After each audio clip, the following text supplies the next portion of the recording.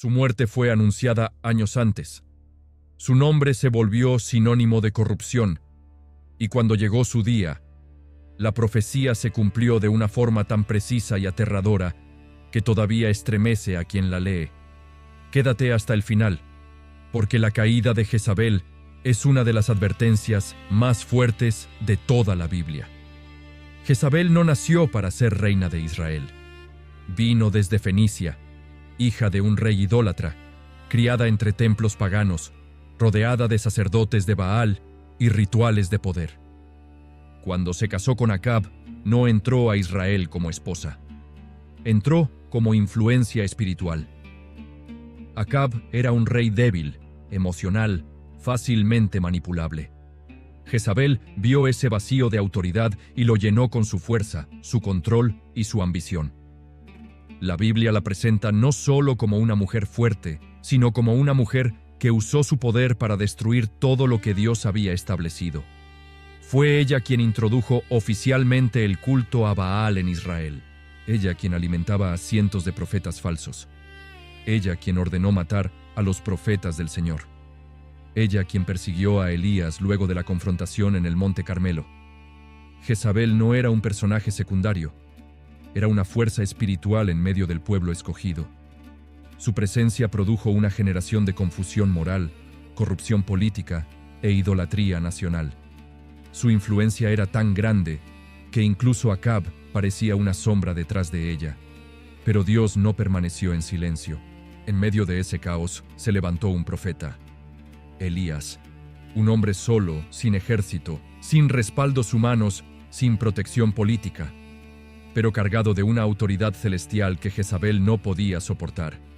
Cuando Elías confrontó a Baal en el Carmelo y el fuego descendió del cielo, Jezabel juró matarlo. Ella pensaba que podía vencer a un profeta, pero no entendía que estaba enfrentando al Dios de Israel.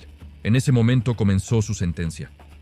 Dios declaró por medio de Elías que su reino terminaría, que su linaje sería destruido y que su cadáver no tendría honor ni sepultura. Jezabel rió. Acab ignoró, pero la palabra fue sellada. Y cada día que pasaba, la profecía se acercaba. Este primer bloque nos muestra que Jezabel no es solo un personaje, es un símbolo. Un reflejo de lo que ocurre cuando alguien usa poder para oponerse a la voz de Dios. Si este bloque te impactó, el segundo te llevará al levantamiento del hombre destinado a ejecutar la profecía. Pasaron años después del anuncio profético. Acab murió. Su hijo Joram reinó. Jezabel continuó gobernando desde las sombras, manipulando decisiones y protegiendo la idolatría que había sembrado. La profecía parecía dormida, pero Dios nunca olvida lo que anuncia. En los días de Eliseo, sucesor de Elías, el cielo decidió que había llegado la hora. Dios ordenó ungir a un hombre llamado Jehú como rey y ejecutor del juicio. Jehú no era un político, era un comandante, un guerrero respetado, impulsivo, intenso, pero valiente. Su misión no era simbólica, era literal: eliminar la casa de Acab y destruir la influencia de Jezabel. Cuando Jehú fue ungido, la profecía despertó. Montó en su carro y condujo con una velocidad que se volvió legendaria. La Biblia dice que conducía como un loco, no por descontrol, sino por urgencia divina. Cada giro de sus ruedas llevaba juicio. Cada libra de fuerza en sus caballos aceleraba la palabra que Dios había dado décadas antes. Cuando Joram salió a encontrarlo, Jehú declaró sin miedo: ¿qué paz puede haber mientras las maldades de tu madre Jezabel siguen multiplicándose? Joram huyó, pero Jehú levantó su arco y lo derribó en un solo disparo. Luego se dirigió a Jezreel, donde Jezabel esperaba. Ella supo que su hora había llegado. En lugar de esconderse, se maquilló, se asomó por la ventana y se preparó para enfrentar a Jehú con orgullo desafiante. Su maquillaje no era vanidad, era guerra psicológica. Quería mostrarse invencible, quería intimidar, quería morir sin mostrar miedo. Pero Jehú no se impresionó.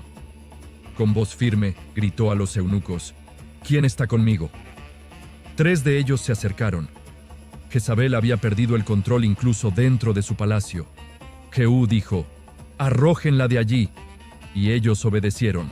Si este bloque te estremeció, el tercero te mostrará la caída más brutal y profética de la Escritura. La caída de Jezabel no fue un accidente. Fue el cumplimiento exacto de la profecía dada años antes por Elías.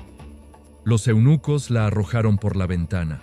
Su cuerpo chocó contra el muro y la sangre salpicó los caballos de Jehú y las paredes del palacio. Jehú pasó con su carro sobre sus restos sin detenerse. La escena es brutal, pero profundamente simbólica. La mujer que un día manipuló reyes, ahora era pisoteada por un instrumento de juicio. Luego Jehú entró para comer. No porque fuera insensible, sino porque la cultura exigía que una reina recibiera sepultura honorable. Pero cuando mandó a enterrarla, los hombres encontraron algo aterrador. No había cuerpo, solo quedaban fragmentos. Los perros habían devorado el cadáver.